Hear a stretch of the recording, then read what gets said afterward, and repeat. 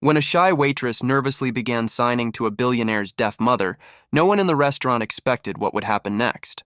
Within minutes, the entire room fell silent, and by the end, even the billionaire himself couldn't hold back his tears.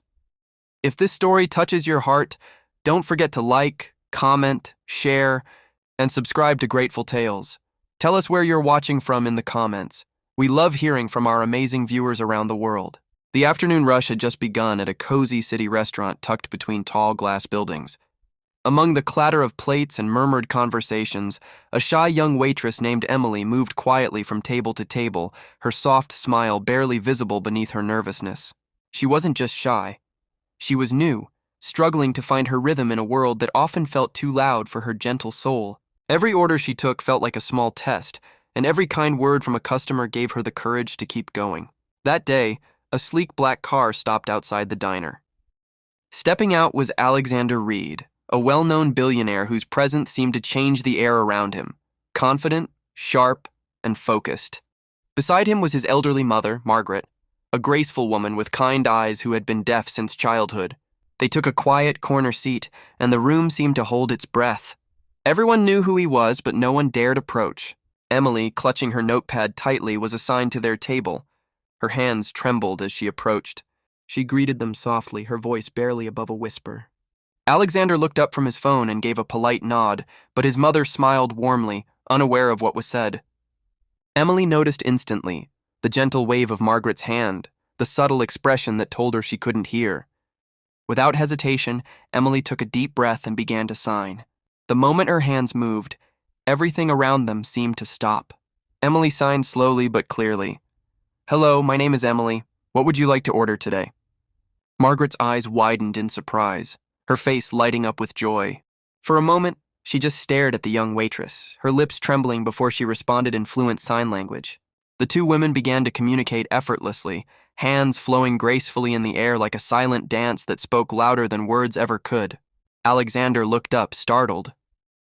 For years, he had watched his mother struggle in public spaces, often feeling isolated while others spoke over her. Very few people ever took the time to learn her language. But here was this shy waitress and a stranger giving his mother the gift of connection. His phone slowly slipped from his hand as he watched his mother laugh for the first time that day. As they signed back and forth, Emily learned that Margaret missed talking to people outside her family. She shared stories through signs, about her garden, her late husband, and how she often felt invisible in a world built for sound. Emily listened with her heart, her eyes glistening.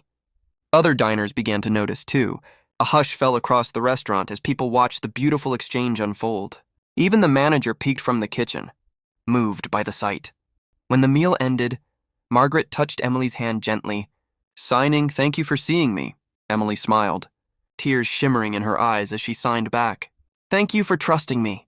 For a few seconds, time stood still. Alexander cleared his throat, clearly emotional. He stood and looked at Emily, his usual composure replaced with something raw, gratitude. "You have no idea what that meant to her," he said softly. "Or to me." Later that evening, Emily was wiping down tables when the manager called her to the office. Waiting there was Alexander. He offered her an envelope and a business card. "My foundation supports education for the hearing impaired," he said. "But we need people who understand both worlds and people like you."